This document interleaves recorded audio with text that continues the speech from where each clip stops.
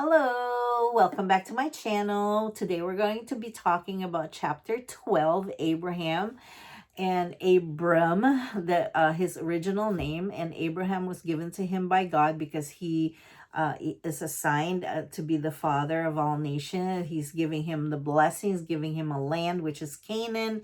And he has the lineage of Jesus. So he is very special to God. So in order for him to be able to get that recognition, God gave him the name Abraham, which means father of all nations. Well, let's talk about it.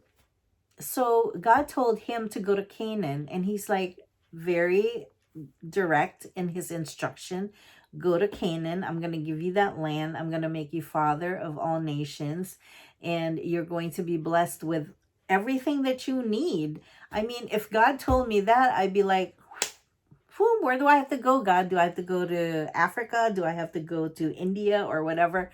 Just leave me there. Just get me there and I'll be there for you. But however, in those days, of course, everybody is still sinful. I'm not sure that, if God told me that I would 100% do it. But from where I'm sitting right now, I will do it because I have that much faith. And in those days, Abram had very strong faith in God. However, he still comes from a family of idolaters who worship idols. So there's a battle going on. Something that you grew up in and you got used to doesn't mean that you're gonna 100% just all that disappear and now you're but for some reason God felt that he had a lot of faith, and his faith is very deep.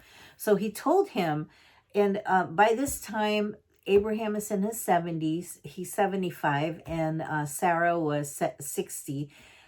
He said he was going to be the father of all nations. In those days, the span of human being its lifetime is like 120 years. That's the maximum. When you're in your 60s and your 70s, that's like being in your 30s.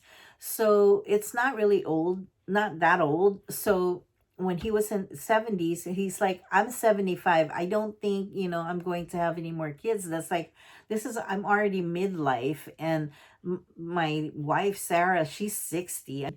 So he was doubtful about that because 60 is like a little bit old. So is she gonna have babies or not? But with God, nothing is impossible, right? Especially if you're blessed, especially if you're chosen, if you're the chosen one to be father of all nations. I mean, how could you be father of all nations if you're not gonna have any kids?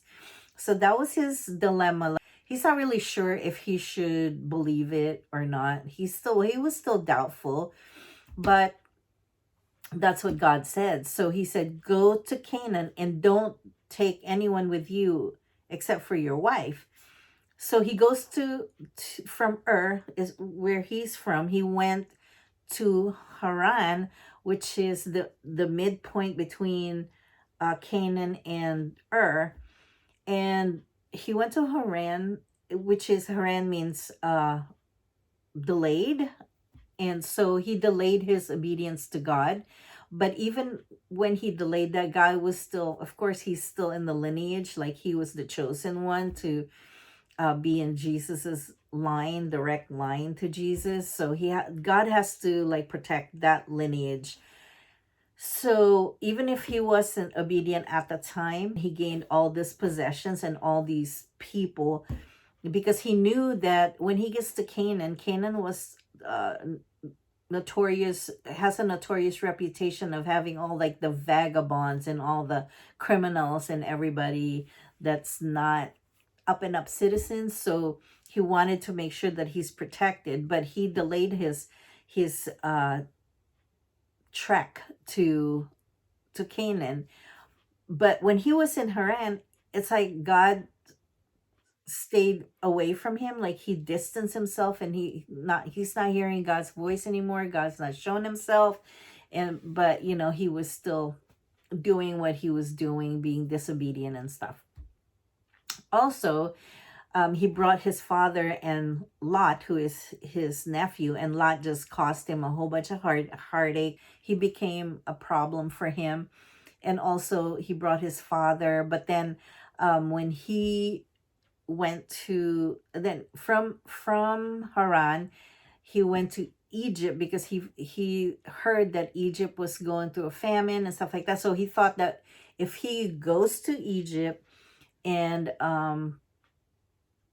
God would help out with the famine that's going on in Egypt right now. So he goes to Egypt, but he was still kind of leery about Egypt because he knows that the king, the Pharaoh, was really powerful, and if he finds out that a Jew went to Egypt, that he might kill him. So he told Sarah, his wife, to pretend like she is his sister and not his wife, because Sarah, even though she was 60, it was recorded that she was the most beautiful woman you have ever seen in those days, and makes everybody look like monkeys. Wow, she was 60 years old. Imagine you looking like a monkey, like Brinkley looking like a monkey, or Angelina Jolie who looks like a monkey. I mean, she's got to be really gorgeous, right? Or there's probably no words to explain how beautiful she is. And it was also recorded that she was better looking than Eve, and Eve would have been like a perfect woman, So anyway, so the Pharaoh kind of got sweet on her and took her into his kingdom, but God didn't like that because he didn't want her womb to be defiled by something else other than who he assigned to be the direct lineage of Jesus. So he wants to protect it and keep it pure. So there's a Jewish legend out there that said that when he went to Egypt, he put Sarah in a box, but he also directed that if they find out what's in the box, that this is the plan would be for her to say that I'm not his wife, I'm his sister. So when they got to customs, the customs said, open the box, and he's like, that's just barley in there, and they said, okay. He's like, like, you have to pay the customs for the barley, and he's like, I'll pay for whatever, I'll pay for barley. And then they kind of said, how come this guy doesn't want us to open the box? So they said there was wheat in there, and then he said, okay, I'll pay for the customs for wheat. And then they said, it's kind of suspicious, right? We'll say that there's gold in that box. And he said, okay, fine, I will pay for whatever the custom is fee for the gold, right? Then so they opened it up, and it was a beautiful woman who was more beautiful than Eve.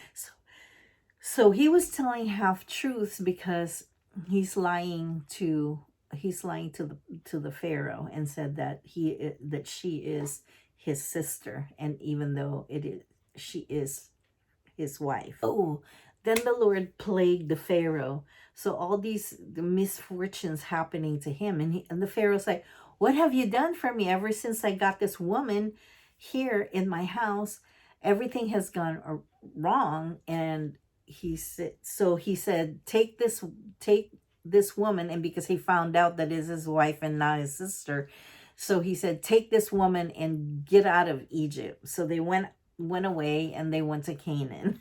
When they got to Canaan, though, they could not push out the people there because people have already been living there, but they're like really the scallywags and, really rough people. So it took 400 years for all the original Canaanites to get pushed out of Canaan. And finally, Abraham was able to live there and take the land that was promised to him by God. And that's where they started their family.